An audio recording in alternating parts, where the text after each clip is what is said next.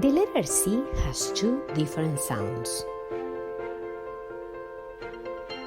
One of them is made by the letter C with the A, the O, and the U, and it sounds like a K. For example, California, comer, y cuidar. They all sound like a K.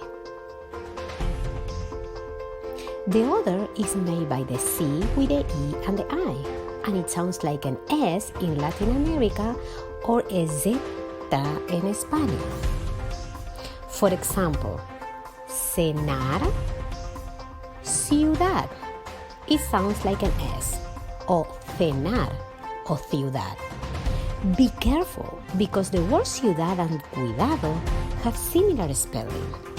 But ciudad sounds like an S, and cuidado sounds like a K. But how do I make the K sound with an A and an I?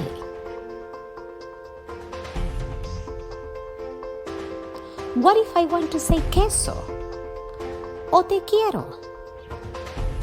That's very simple. You just use que and ki. For example, queso, te quiero. They sound like a K. Just remember that the U in those cases is silent.